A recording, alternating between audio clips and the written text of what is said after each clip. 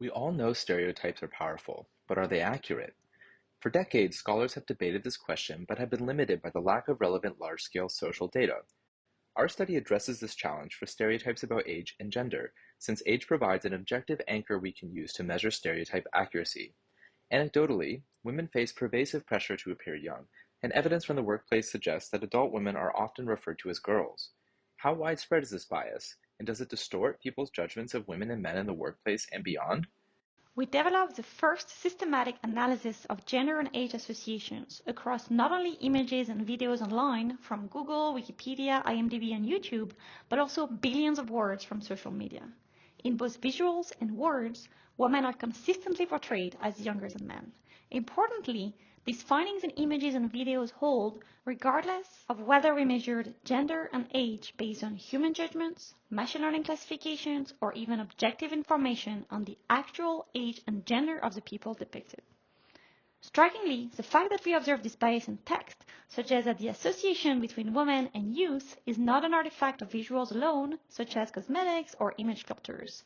Instead, it is woven into the concepts we use to describe people in everyday life. But here's the catch. Women actually live longer than men, a gap that has been increasing in recent years.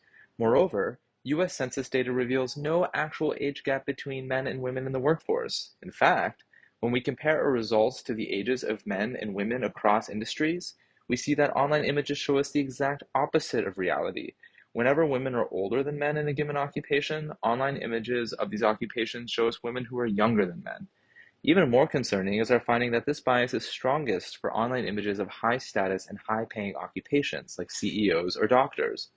What impact does this bias have on people using the internet? We ran an experiment with a nationally representative US sample and showed that Googling for images of occupations primes participants to associate women with younger and men with older ages, and to prefer hiring younger rather than older women. But it doesn't stop there. We show that the most widely used AI application today, ChatGPT, evaluates resumes differently if the applicant is male or female. We use ChatGPT to generate nearly 40,000 resumes for over 50 occupations while randomly varying the name of the applicant. When generating resumes for a woman, ChatGPT assumed she was younger and less experienced than the average man. When evaluating resumes, ChatGPT ranked older men as higher quality candidates for the same positions, which is likely to have tangible consequences on women's ability to compete in an ever more competitive labor market.